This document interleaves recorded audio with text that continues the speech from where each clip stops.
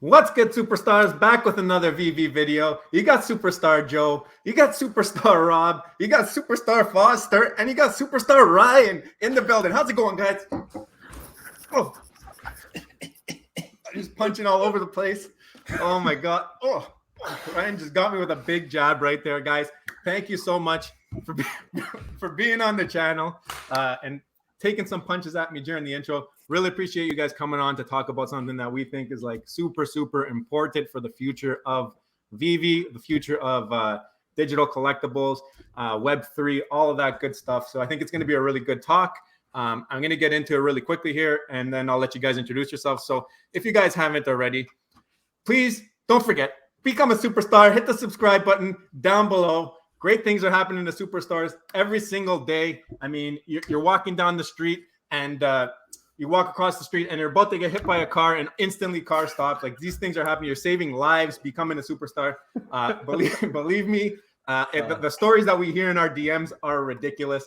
And if you want, you can become a superstar VIP, $2.99 a month, get a nice badge, find out what we're buying and selling, all the good stuff. We got a bunch of things. We have giveaways going on right now, like Disney mini brands. We're doing giveaways every 5 days on those. And then also at the end of the month, we're naming an actual star in the universe. A star in the universe on the 31st will be named after one of the VIP. So one of these lucky names is going to be on a star way up there. You're going to go on Elon Musk's spaceship and drive past it. You're going to see your name on the star. It's going to be wild times. So guys, thank you very much for joining the VIP. Also, there's our Twitter, Instagram, and TikTok. And follow us, Fastos number 6909 for 9.9 million. Now that I'm done talking about that, we have some special guests on the channel. If you guys don't know already, Ryan, REALESTMeRC on Twitter, and also part of the Drop podcast on YouTube. Maybe this is the best way to do it. There's his Twitter. If you guys want to follow him, Ryan, why don't you tell them a little bit about yourself, a little bit about your channel and your Twitter, and how, I know you're big into Twitter Spaces, so why don't you let them know about that? Yeah, thanks for having me on the show tonight, man. This is fun to get to talk to you guys and kind of real life in my the metaverse. But yeah, so I mean, I joined Veve back in early October. First NFT I ever bought was the Spider-Man Zombie Hunter, and for $100, and that just started my journey from there. Right, I wasn't a collector in real life before Veve, but now it's kind of making me a collector in the real world now. So what I love to do is just build community within the Veve fam, right? The Veve fam. We hold a lot of spaces just to create conversation around the future. What is Veve doing now, right? And then where is it going in the future? And how does that connect all of us? I think it's really important just to the NFT industry in general is built on community. So it's not just about an NFT or owning a digital asset. It's what does that digital asset now connect you to? And I think that's going to tie even into a lot of the conversation we're going to have tonight. So yeah, and then we have the Drop podcast where Jackie Moons and I will get on a discussion and we'll just talk through a topic, whether that's about the marketplace, whether that's about a big partnership, or whether that's about some type of market strategy that you might need to look at down the road or in the future. So that's where we're at right now. We love creating content. We love building community, and that's why we're here right now. Yeah. So thank you again for Ryan for introducing yourself. Also, we can never be called Fudders ever again because we got the Moon Boy himself, Foster HILT, on the channel. In all honesty, like, Foster has put out amazing content in the past. Actually, the only way I was able to buy some Omi was by watching one of his videos. And there's one of very few videos out there that teaches you how to buy it. So if you guys want some of that type of content, some instructional content, or really detailed analysis, Foster is the place to go to check that out. And also, Foster, I think you're probably one of the reasons why I'm even in the project, because you were able to introduce it to Andre. Andre put out a video. I looked at it. I didn't buy in from that. I waited until I saw a tweet from Disney, and that kind of made me feel like, okay, this might not be a rug pull. It's not just a YouTuber plugging it anymore. But I guess if it weren't for you, I probably wouldn't even be in Veve. So I got to say thank you for that, and appreciate you linking it up with one of the bigger YouTubers to get the name out. That's really, really cool. So why don't you explain a little bit more about yourself? And I got your Twitter and your YouTube up here as well. Perfect, man. Well, thank you so much for that introduction. I feel like a lot of hype has been built up now. I'm kind of I'm a very basic person, but I appreciate it. I feel like I got some big shoes to fill now. So, for those of you guys that don't know me, my name's Foster. I've been in the VV and Omi community since about April of 2021. I actually got in because I saw a podcast that Logan Paul was doing, an Impulsive episode, and he kind of just like back end mentioned Omi. Yeah. And I thought that was really interesting because it felt to me like it wasn't him trying to shill it. He was just genuinely excited about it. And so I figured I'd do a little bit more research to it.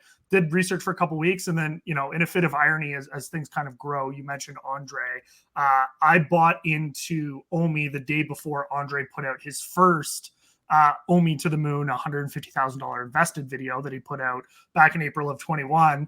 And then, you know, 6 months later, I was very fortunate to be able to develop somewhat of a relationship with him and help him put together some content to try and bring in a more mainstream audience. And I think that that's always just been my goal. I mean, I'll be honest and have been from the start. I've never been a huge collector. I do have 110 sets and 600 odd collectibles and comics on VV, which, you know, is fairly significant, but it's never been something that I've primarily focused on. I've always been someone that has been more Omi centric, and it's something that the vast majority of my YouTube channel and things that I discuss on social media pertains to. I'm just very excited about the future of the token and what we're likely to see with it over the next couple of years with all of the utility and how it ties into the platform. So I've just really enjoyed being able to put content together on my channel about that. If you guys aren't subscribed to my YouTube and you do check it out, you'll see that it's a lot of technical type stuff, not necessarily technical analysis on, hey, this is where the price is going, but just, you know, looking at the tokenomics, looking at other projects, comparing, contrasting, and just looking at, you know, where we could see the token go over a period of time. And I've just really enjoyed being able to, you know, take the stuff that I've learned throughout the year and a bit that I've been in the project and kind of pass it along to the community and hopefully help them along their journey as, you know, I'm very honored to have, you know, played a small part in getting, you know, someone like yourself involved as well, Joe. So thank you for the introduction. I appreciate it. That's who I am. And yeah, I'm just a dude on a screen that likes to talk about Omi. So. All right. So Rob, why don't you take them through the news a little bit early on here, and then we'll get into the quick topic everyone's waiting for. Pull the Twitter up. But I was going to say, we did a video on this, by the way, with about investing and collecting, right? They go hand in hand. So I think a lot of people, we're one of them as well. We were not collectors at all. So I think all four of us were not collectors before this. But VV has found a way to bring us into that world and actually experience that from another level. So yeah. Before you get into the news, I just wanted to bring this up. I don't know if you guys saw this from Mr. Pegs. I know it's not official VV Amazing Fantasy 15, but pretty cool cover you got here with Stan Lee hugging Spider-Man. I don't know if it's something that can actually come to life or not, but I just thought it was cool. So I wanted to show that off pretty quickly. For sure. So Rob, why don't you talk about today's drop and also the drop up? Yeah, today's drop was an interesting one. I think it was the first B-rank comic that we got with the 20,000 mint. I actually was busy. I couldn't go for it. Anyone else go for it? I skipped it. Yeah. No, I skipped it.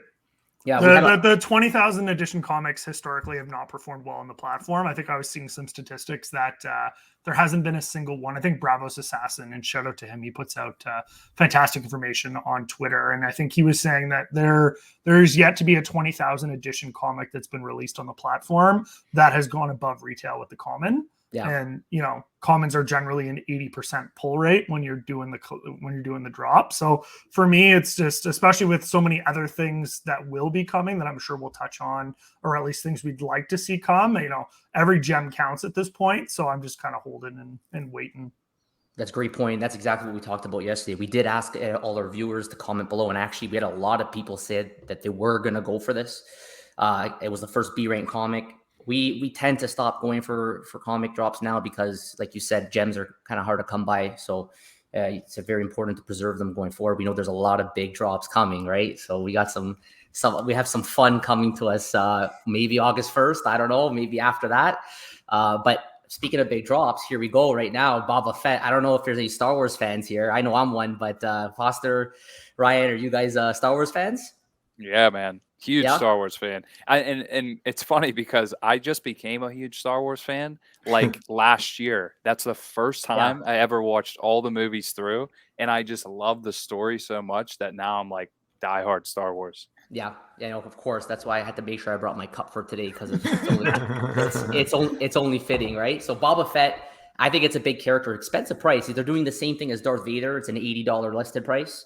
I think the mint numbers, I don't know if you have the Medium article, you can pull it up, Joe. You got the common here for, what is it? It's like almost 10,000, 11,000, right? 11,980. Yeah. $80.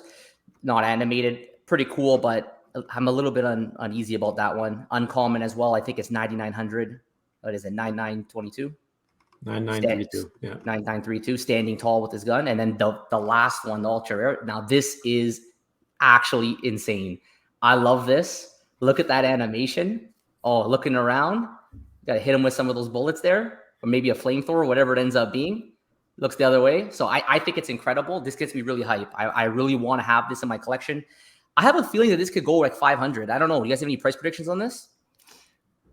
Go ahead, Ryan. I'll give mine after. Go ahead. Go scroll down to the edition size because I didn't see the medium yet. So 5,900, right around the same as Darth Vader. I think this collectible in general in real life actually goes for what, 250K because of its scarcity. And then I think obviously it's a massive character. It has its own Disney Plus series.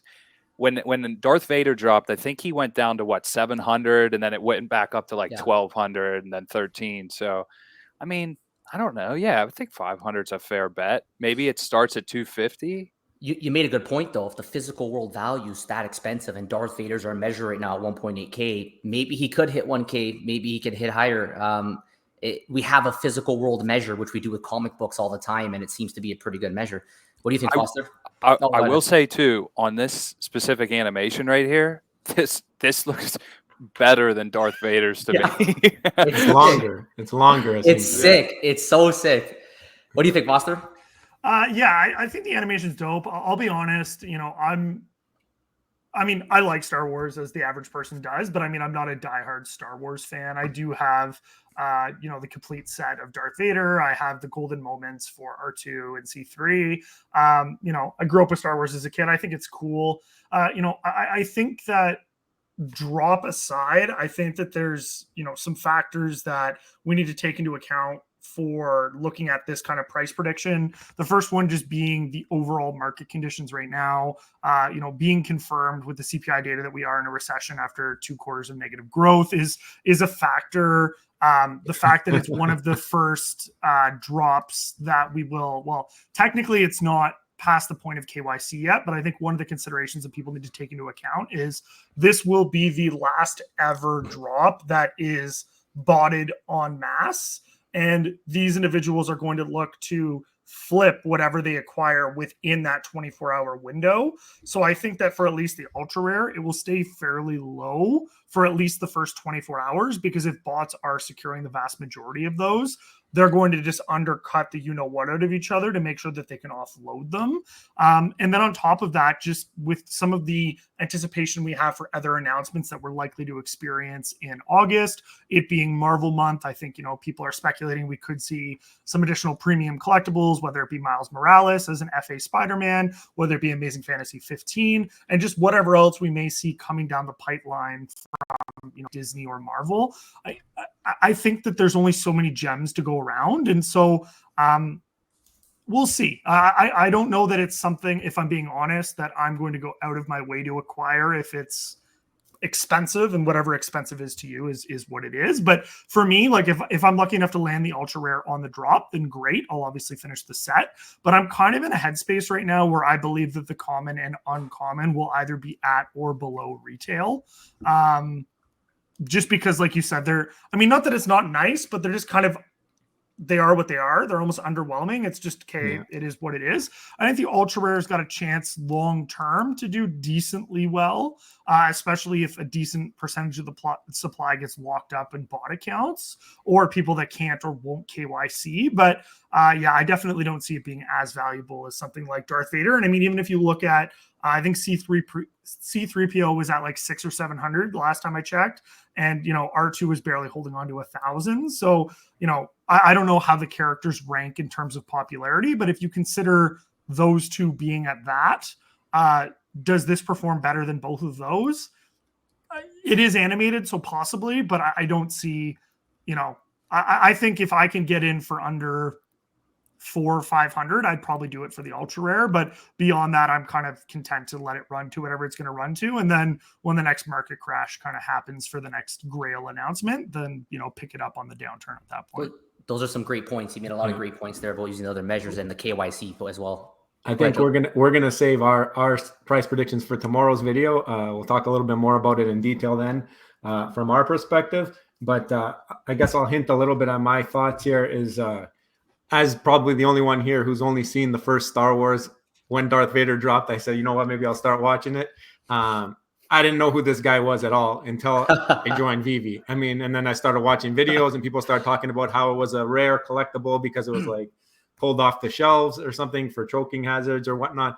I still don't know where this guy shows up in the movies because I don't think he's in the first one.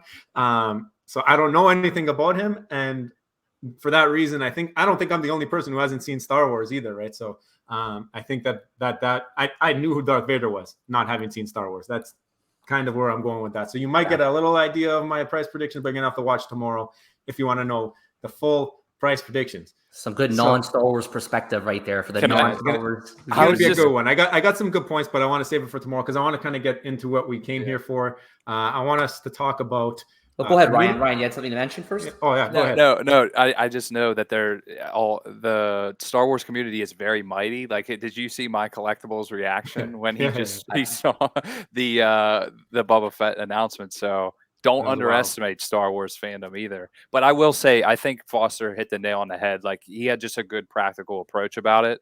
The common and uncommon are more than likely going to be right around retail. And then I'm going to try to scoop it at 300 if I can. Sounds good. Ultra rare. Cool. Yeah. So sounds good. I guess, like I said, the reason we're here, we want to talk about how Veve has provided us an avenue to which we can have utility beyond the app, beyond the collectible. And some of it's going to be sparked by the actual company. Some of it will be sparked by the IP. We've already seen that with airdrops. We've seen it with movie interaction. And now we're kind of trying to delve into community utility and how maybe smaller drop sizes, or maybe not even smaller drop sizes, maybe even like Foster has a sweater on right now of a rather larger drop size. Nothing crazy, but I think how many are there? 4,000, Foster? 4,000? 4,333, I think, or 4,243 if you don't count the ones that are locked up by Veve. Yeah, so that's a rather larger amount of people who have those, but you can consider Disney fans, just like you said about Star Wars fans, pretty hardcore and diehard. So they'll probably hang on to those a little bit longer. And then we recently had the drop, which beforehand, us four had never spoken about even going for the airdrop for the dinosaurs there, the blue and beta. It just so happened that after the fact, we all realized that there was only 424, and then all being voices in the community, I think it kind of clicked like, oh, wow, we all have one. Like maybe we can make this into something where we can actually try and model some type of community-driven utility moving forward. Not that we're asking anybody to buy into that. We don't want you guys to buy into this. Right now, there is zero utility for these blue and beta dinosaurs. I think, Ryan, you're probably the best person to explain what we're trying to do here. And I'll let you take the floor, and then we'll add on to it as we go. Yeah, thanks for sharing that. I mean, I thought it was really cool whenever I saw how they originally were going to do the common, the uncommon rare, and then the ultra rare. And then eventually they just shifted and give a lot of people ultra rares, and then they created the secret rare, right? So nobody was really expecting to see a Jurassic Park IP collectible on the app with only 424 editions. I mean, that's crazy scarce. We might not see that effect right now just because it's a bearish market. Things are down. People are always looking for the next shiny toy, right? But nonetheless, I think one of the cool things about this is there's only going to ever be 330 people that own one of these if you count the 90 that Veve held. So I looked at that and I said, and like you said, we all got into a group chat and we realized we all had one. So that led me to thinking, like, why don't we leverage our real world contacts, right, and our real world connections to somehow try and start to create experiences around this collectible because it's so scarce and because it's so unique. And so, and I think too, right? If you guys want to correct me, this is the first secret rare like airdrop from a massive IP on the app. Is that correct? Or Yeah, 100%. So I mean, I got into a debate with one person about this. Like, technically, there was an Ultraman poster that was dropped like May of last year because there was an issue when they were doing the minting and some people didn't get them and whatever. So Marvel, it turned out at the time, like that was what that was officially branded as, technically gave an airdrop poster to make up for kind of like a gaffe that happened. But this is the first major IP that's actually just rewarding holders just for holding with no other reason to do so, which I thought was really unique and cool. It's not just an independent artist, which I think is what a lot of us speculated would be providing utility. And I mean, we have seen some independent artists do some airdrops already, but to see, Jurassic Park and, a very large IP in the space, rewarding holders with this when there's really under no obligation. It's not only crazy for what this is and what we're talking about, but it really does open up the door and make you think like, hey, like, is this something that DC would do? Is this something that Marvel would do? Is this something that Disney would do? Because, it's shown and proven that you can incentivize people to purchase now based on that. So it was the first, and it's very exciting. yeah, and I think the historical factor of that is very important, right? And it also shows the commitment of the licensor to Veve to do something like that for the collectors in the app. Clearly, there's something there that's bigger than what we're just seeing on face value. So I just think that's really important. But even beyond that, I've been a massive like advocate for this community driven utility idea, not just for like Club 424. This is something fun that we're going to work on, in the margins, but on a grander scale, bigger scale. How can we model something for the community to be inspired by to now go and do this for those collectibles that they love, right? And build communities around that to now bring real world utility to these people. That is like the epitome and kind of the motivation for what I think we all want to accomplish with the Club 424. So, with that said, building a website where people can get verified, starting these conversations with the creative director at Orlando Universal, another lead project manager for the in-park marketing content. So those are two people that I'm in conversations with right now that we're trying to just figure out a way, how can we connect this digital collectible to some type of small utility to start and then build it out into something bigger as Veve grows, as there's more users and as more people become kind of adapted to the digital collectible marketplace. So that's really, I mean, the 30,000 foot view. Yeah, it's about getting that conversation started, just having like other people pick up on it, what's happening. Then it might click in another brand's head, like, oh, look at what they did with these dinos. Now maybe, oh, we can do something like that similar. Think about it. In Florida, Orlando, Florida, you have Universal Studios with the Jurassic World, but also down the street or down the highway, you've got Walt Disney World. So they've already been competing in the real life world. Now you got to think, if Universal's bringing this type of utility, they got that competitive juices flowing to kind of maybe show, look, you can do that, we can do this, I can do it better, kind of thing. Rob, what do you think? There was two things that you said, Ryan, that I want to touch upon. First of all, it's about other IPs doing this as well. I think one thing that we can see and we can learn from this is that for Jurassic Park to do this once, I wouldn't be surprised if they're willing to do this again. I was thinking about, I still have all my dinos, so I wasn't sure if I should sell them off. Maybe if we get some kind of pump from KYC that on the 30th, or if something happens, maybe just unload them. But at the same time, I kind of don't want to, because for Jurassic Park to do this once, they might do it again. So I'm on the fence about that. And I think other IP for sure can learn from this, and we might see it as well going forward.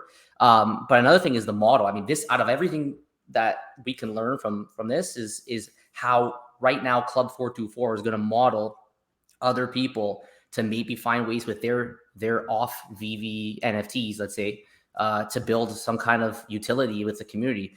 I'm involved in a Drop Shop IO one with my sports team and just Toronto Maple Leafs. So there's only 750, I think, mints. And if you have the whole set on opening day in October, if you own the full set, you're gonna get a rare airdrop, right?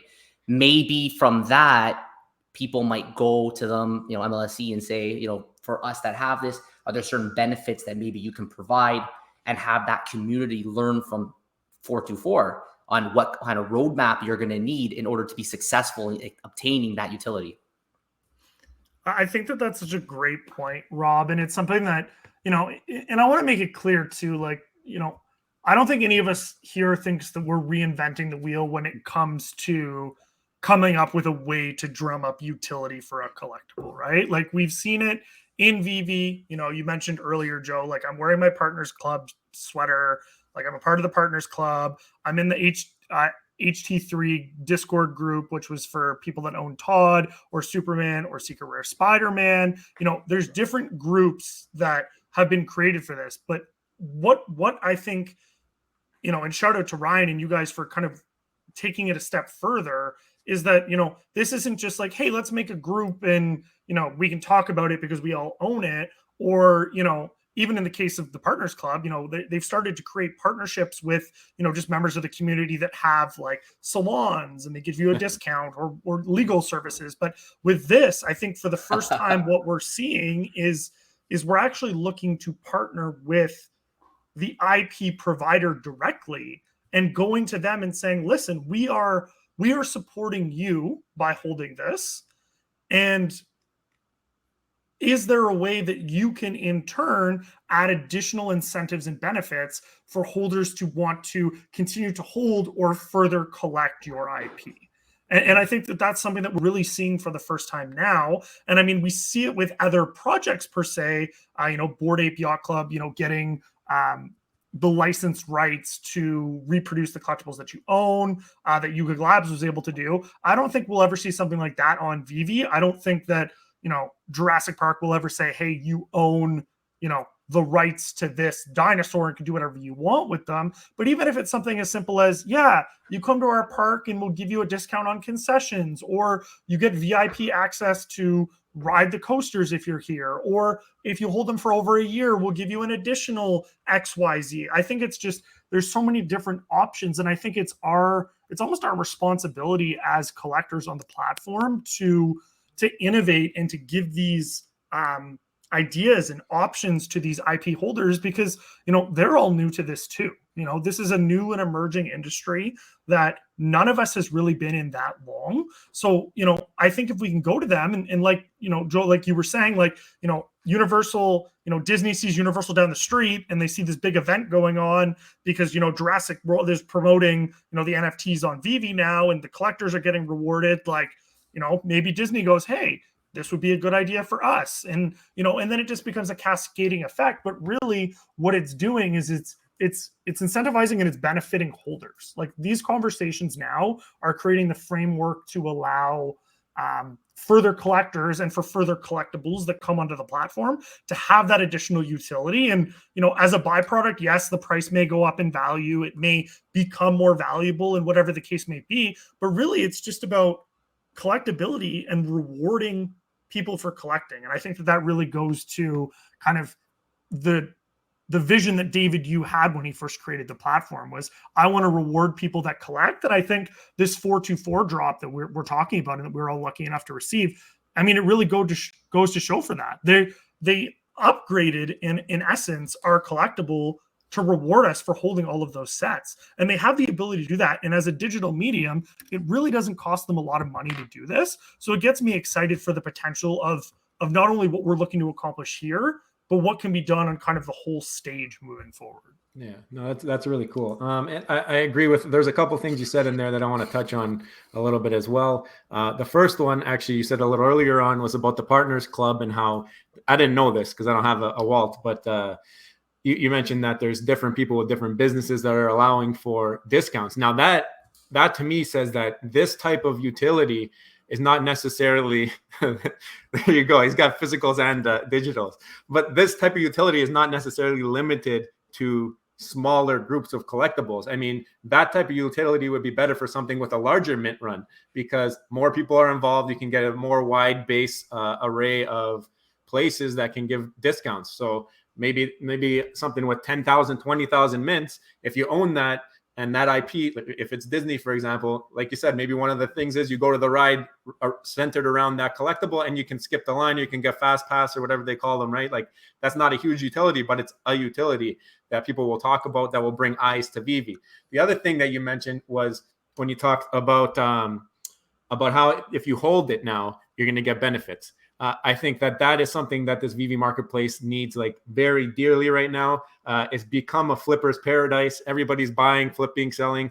I think the bots, getting rid of the bots tomorrow or the day after, whenever that is, that's going to be the first step. But I think there's still a lot of people with that mentality. And we had this conversation a couple of days ago. Well, I had the conversation. I think it was with Johnny Dunn. And we were talking about how people who were here earlier, OGs like yourself, Foster, Ryan, you got in October, right? Yeah. So people who are here like before like April, February, March, April, they might have a different mindset. Actually, it was Andrew Ellis I was talking with. And he said that those people there, they've been prepared for holding because they held through that low in the summer. They came through and they held it still, and now they're still holding. Why would they sell? They held it through all this time, and now you're at the bottom. So they have like that bigger picture mindset, where as people who came in October, November, December realized the pump really quickly. Like, next day, their collectibles up 200%. It's like, this is the easiest money I've ever made. But the people who came in earlier had to wait to earn that pump, right? So it's something like the OGs, they realize how holding is beneficial, but the people who came in and just received benefits really, really quickly might not have that same mindset and might not realize, and that's why they got the flipper mentality. So as soon as those people are kind of weeded out or filtered off, then you have the real true collectors. But I think this might be a way to maybe convert some of those people who came in and have the flipper mindset, but now they're thinking, wait, if I hold this, I get a little bit more utility. So I think the thing that, Ryan, I'm going to give you a lot of praise on this, because you put together a website and you did a lot of the legwork going to reach out to some of these contacts. I think that is going to be, if we can figure out a way to make this come to fruition, even in the smallest utility, it'll be something that other people might notice, and it might actually change people's mindsets in the app. So Ryan, why don't you talk a little bit about that? I got the website here. Maybe I'll pull it up just to show people the roadmap, and you could talk about it. Yeah, that would be great to bring up if you want to just show the roadmap. So obviously, like, this is all in development in real time. There's, I have an intern that I'm working with to develop some things as well. But I think the bigger fact about this is what you were saying is, we're not trying to reinvent the wheel, but we're trying to empower the community to see that these things can happen, right? So, like, it's not just about building a group among us. It's about having the confidence and being bold enough to go to the actual licensor and the IP and to have a vision for what this could be for a community of people.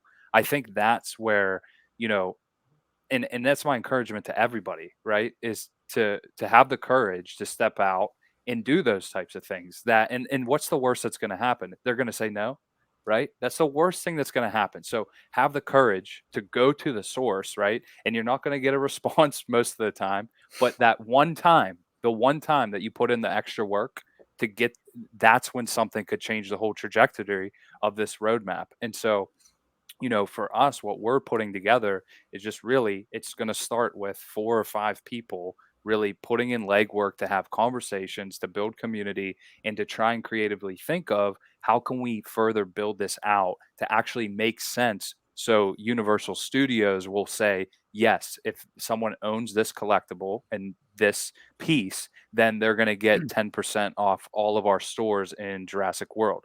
Or we're going to comp them a fast pass whenever they buy a ticket to the park.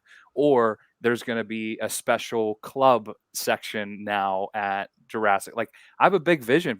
I think about these things, and it's like, is it really that much of a stretch to think of going to the park, right?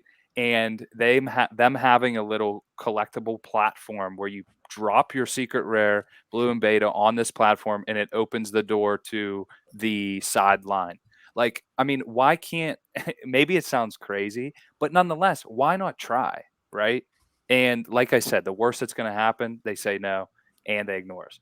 But nonetheless, I think the more we can have people come together and have these types of conversations and show them that this is happening, right? That's so important. The fact that we're taking the time out of our nights and our evenings to talk about this right now, because this is happening all over the world. I mean, this is a growing thing that's happening. And so I also think too, there's a lot of incentive for Universal to get plugged into this, because more and more brands want to show that they're credible to the next generation.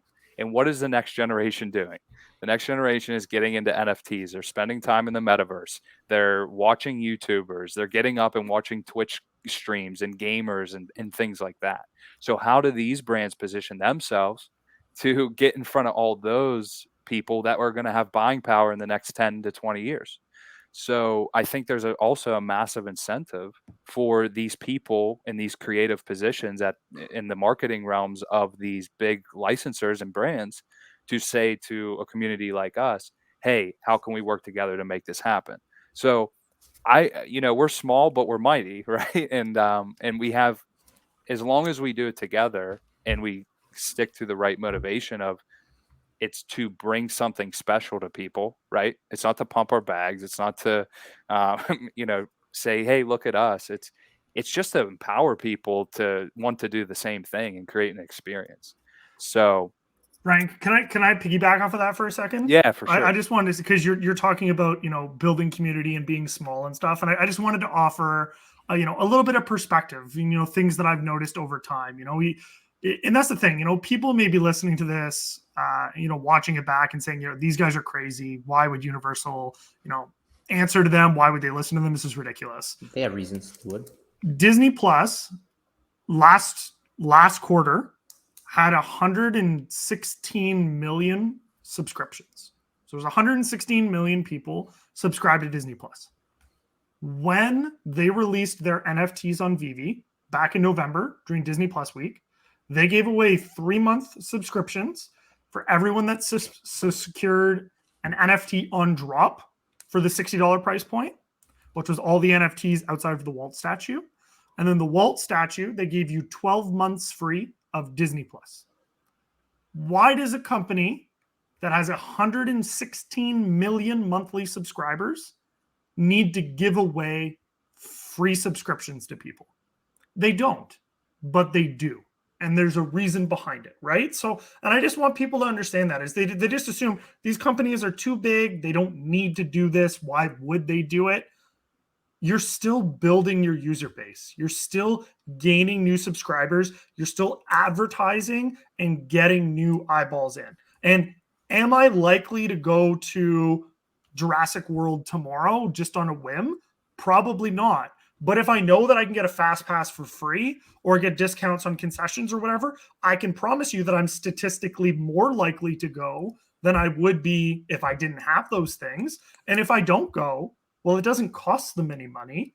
And if I do go, maybe they're not making as much money as they could from me if I just went anyways. But I would rather give myself a 30% chance that someone's going to give me $90 out of the 100 that they would have owed me had I gone, versus a 0% chance that they're going to go and give me the $100 because I gave them no incentive to be there. And I think that that's really important, is that these companies recognize that their consumers are the ones that provide them with that value, and that value being the money that they pay them. And that utility is them incentivizing those people. So I think that, we say that it's a stretch, but I really don't. And not to say that it's going to happen, right? There's no guarantee that it's going to happen, but I don't think it's as much of a stretch when it comes to adding utility to something like this as I think people would originally think it would be, because we've seen it with Disney already when it comes to Disney Plus. We've seen it already when it comes to AMC, when it comes to giving out posters and different movie releases. We saw it with 007 and their NFTs. So, if it means the community needs to go out of their way to kind of give a nudge to some of these other major licensors that maybe just aren't aware of what value they could be adding to the collectibles that they're releasing, then that's what it takes to get them on board. And I think that that's why this group and what we're looking to accomplish is so great. And when it comes to the community that we're trying to do it in, I think when Dr. Profit listed his collectible at 222.2K, kind of as a meme, he does that with a lot of his collectibles. I listed mine afterwards, and then I kind of made a joke about it on Twitter, like 222.2 gang, like whatever. at last count, there was like 85 people that had their collectibles listed for 222.2K. Maybe more now. Maybe more. I think And that's like a third of all the collectibles that existed are all listed at the same price. So if you want to see what it looks like when a community comes together and bands together, I mean, people could have sold it $600, $800, $1,000. People just want to be a part of a community and feel valued with people that enjoy the same things that they do. And now we're just looking to go to the licensor directly to get, them further engulfed in that IP and that kind of passion. So I'm really excited, and I'm glad that you guys, came to me kind of with this idea when we all realized that we all own them. And I'm really excited for the prospect of what we could see from community-driven utility. But sorry, that was my rant, Ryan. You can I was going to just interject there because you made some great points about the advertisement aspect of it. The licensors have a lot of good reasons to want this to succeed. One of which, of course, is the advertising. Ryan, some of the utility you brought up, okay, maybe some of it like a 10% royalty right now, very low chance of that. But something like a fast pass or something smaller, I think is very realistic. Like you said, Foster, to bring people into the app. Another thing, though, is the royalties. Like I'm pretty sure the licensors have perpetual royalties on every sale, don't they? So, So they have a lot of reasons to want their NFTs to be traded often, to bring value to them. They're making money no matter what. They're making money when they bring people into the park, and they're making money when people are trading their NFTs.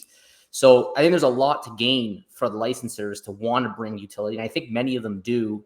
If we can, as a community, find ways to give them the ideas, I think it's a win-win for both, because the owners can take advantage now of a little bit of fun with the utility, and then of course drive the demand and their value of their NFTs. And then the licensors are going to be happy with the ability to make money off of it and grow their brands and be part of the, like you said, the new generation of children who are going to grow up in a metaverse world where that's going to be the main way of other assets, all digital assets. So it's good points there for sure. Yeah, and it's not something that either we need to see happen with Club 424. We want to hammer that point home. I mean, this video is meant to inspire. Like, you might not have a blue and beta. This video is meant to inspire you to do something similar with what you do have. There's a lot of people who might have like the Aston Martin, the DB5. There's other collectibles, even if they have a little bit of a bigger mint run, doesn't matter. If you're able to be that one person who gets in contact with that IP, with that licensor, with that artist even, and find a way to make some kind of utility, you're going to be bringing more eyes to the app and helping the overall community, all of the collectibles do better and the better the collectibles do, the more noise this platform is going to make, and the more noise this platform makes, the better it is for everybody. So this is just like we said, this is to inspire rather than to say, go buy a blue and beta. Right now, there is zero utility. Let us remind you, zero utility. We're just working on trying to get in contact with anybody. If any of you are from Universal, comment down below. Let us know if you can help us. But Ryan, it looks like you got something to say. I just wanted to say too, like we will help those people too. Yeah. Like we can, so I own a marketing agency, right? And we do this stuff all day long, every day for tons of people, right? And so if there's people out there, right, that are watching this video right now, we would love to help you try to figure out ways in which you could reach and build a community that can start to give more credibility to the NFTs that we're buying and selling on Veve.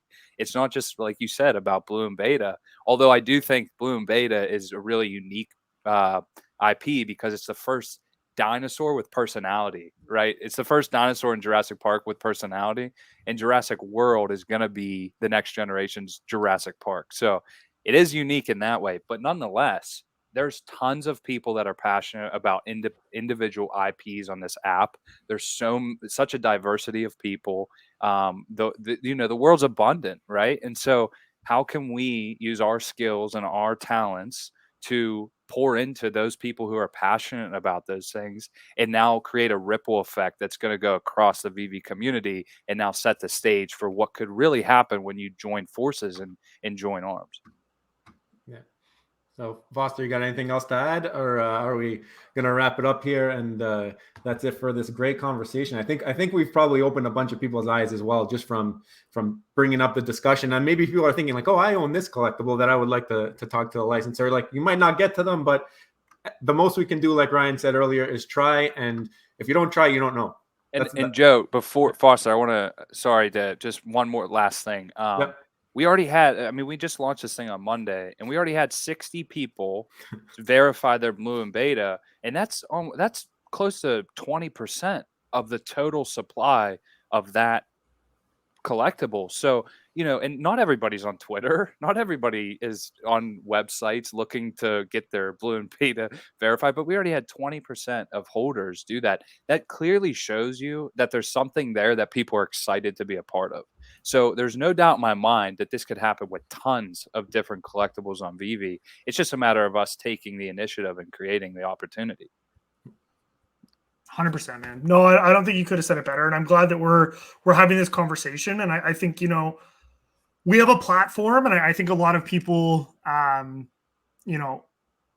we do our best to use it responsibly, right? And I think that we've really tried to hammer home the fact that, like, even though some people will say it anyways, like, guys, like, don't go out and buy a blue and beta. Like, that's not what this conversation's about. Like, we're not saying, hey, go buy it. You're not going to see any of ours listed anytime soon. Like, this is just a really cool way to add value to something, and that, Veve's rewarding real collectors, and we as a community are trying to reward those same collectors. And I think when you can bring, great minds together and people that are passionate about the space and are passionate about the future of NFTs and what's going to happen with this platform, I think it just provides a really good avenue to open up the possibilities that we have here. And it is, we're really writing the history books as we go here. And I think we'll look back on a lot of this and, be really excited. And it may turn out to be an absolutely monumental failure. And if that happens, then so be it. And we'll look back on it and take our lessons and move on to the next one. But I think, I think we,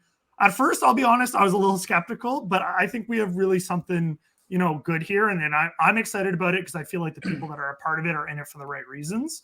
And I know that the community is supportive and is behind it for the people that have already joined. If you haven't joined already, make sure that you go check out blueandbeta.com. It doesn't cost you guys anything. We're not looking for any money from you. It's not behind a paywall or anything like that. You actually, and no one's mentioned it here yet, but you actually get an NFT airdrop to you when you do your verification process, which is something that I thought was really cool as well. So that's something that Ryan has really spearheaded, and he's doing great work there.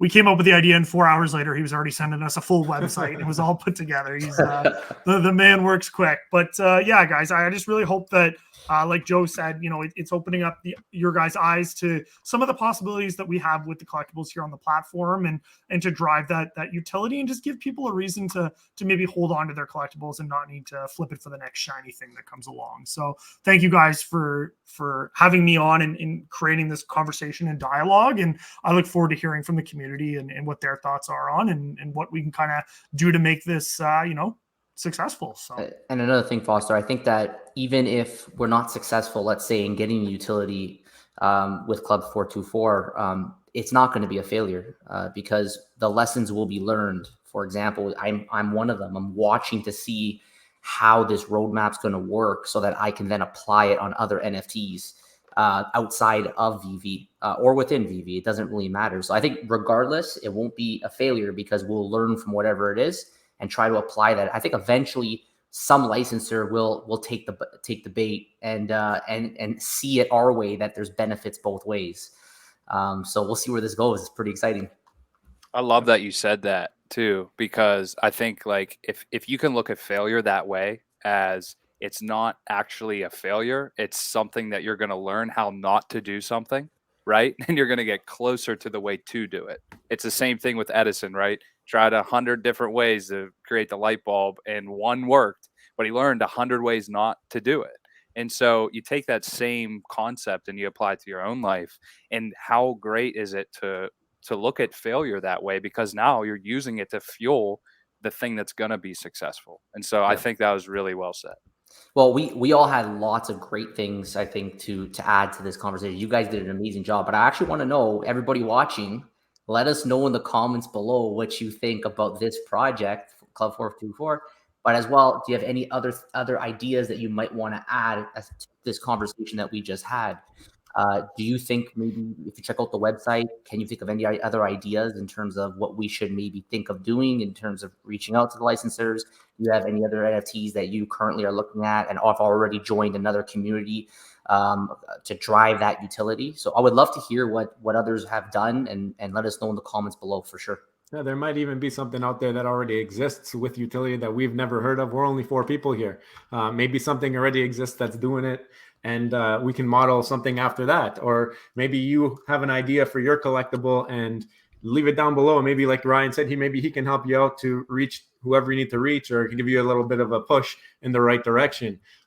It's like we said the entire video. This is to start the conversation. Foster hinted it's to write the history books. I like that line. I think that'll be the biggest thing of this. If we were able to even get a different collectible to get utility just because they saw this video. So if you guys don't mind, share the video out to whoever to see if they are able to help spread the message. Doesn't have to be Club 424. Could be, like I said, 007, DB5, anything, any collectible, a Disney collectible. Maybe you work at Disney and you want to do this with your Minnie Mouse lenticular card. The lenticular cards could really use the help.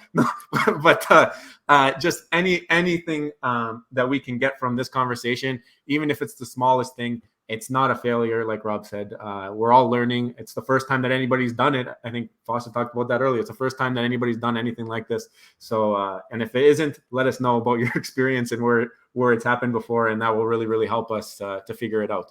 So before we go, I got to help out the Superstar VIP. Got to open up a mini brand and see what we're adding to the collection here. And I think this is pretty fitting for what we got coming. We got some Star Wars. Nice. We got a nice Stormtrooper, right? Stormtrooper, yeah, Stormtrooper. Very nice. So there you go. So Stormtrooper getting added into the collection. And that is the last one from this pack. So tomorrow's video, we will be doing a draw for 5 of those. That'll be pretty cool. Yeah. The other thing I want to do is I want to shout out again to Foster and Ryan. Make sure you check out Foster on Twitter and on YouTube, and also Ryan on Twitter, REALESTMeRC, and also on YouTube, The Draw Podcast. Started posting a lot more often. So really, really good content, different types of content from both of them. And also Ryan's Twitter spaces are fire. Like, he gets a bunch of different creators in there. Love listening to that on the drive home and end of the day during my work day. So really, really helpful. So thank you again, guys, for joining. Do you guys have any other final thoughts that you want to say before we head out? Foster, you can take it away. Just thanks again, guys. I think it was a great conversation, and I look forward to hopefully doing them again in the future. Looking forward to keep the community updated on the things that we're able to accomplish with all this, and I'm just looking forward in general to all the things that we have to look forward to in the project, whether it be the OMI token or VV collectibles. There's a lot more utility coming, whether it be community-driven, whether it be through MCP or OUP, whether it be the VVverse or any other metaverse, interoperability and beyond. I'm just really excited for the direction that we're heading in, and if you've been here for as long as I have, you'll know that it's been a long journey, but sometimes it's just best to sit back and enjoy the ride. And when we get there, I'll be the first to let you know. So looking forward to it. Yeah, I was going to say too, thank you guys for just inviting us on. I mean, it's really cool just to be on the YouTube channel and be talking like this, because I feel like I'm in your living room or wherever you're at right now. But I think that's part of the whole thing that's being created right now. Like, hindsight's always 20/20. And so right now, I think we're literally in the process of building the metaverse right now with Twitter Spaces and these live streams and YouTube and all these different things and these digital collectibles. And one day we're going to look back in 20 years and be like, man, these were the glory days. Look at what's been built.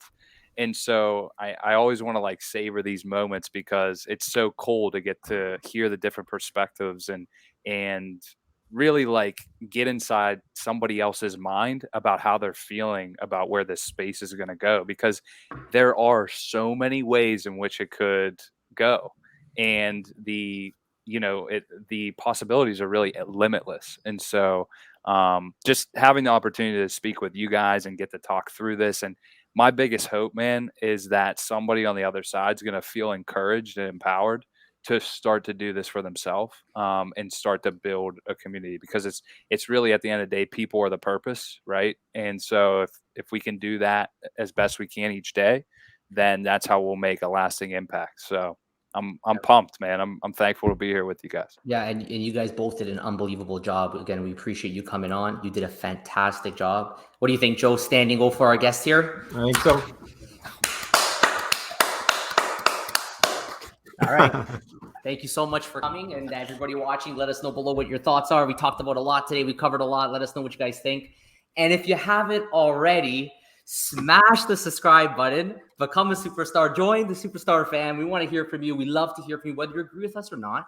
Just let us know what you guys think about the video. We respond to every single comment. And of course, today we were helped with Superstar Foster and Superstar Ryan. We couldn't be happier to have them here. And now you could also become a Superstar VIP. Get that cool symbol beside your name. You get our probability spreadsheet to help you decide where you want to go for the drop. Tomorrow we'll see. Maybe you got to go for more, try to hit as many as you can. Maybe you should back off with only one. If you join the membership, you can get the 5 hit.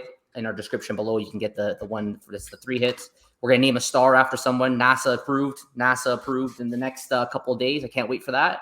Join the Superstar Constellation, we're going to call it, right?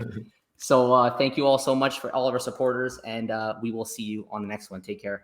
Love you. Bye. Bye.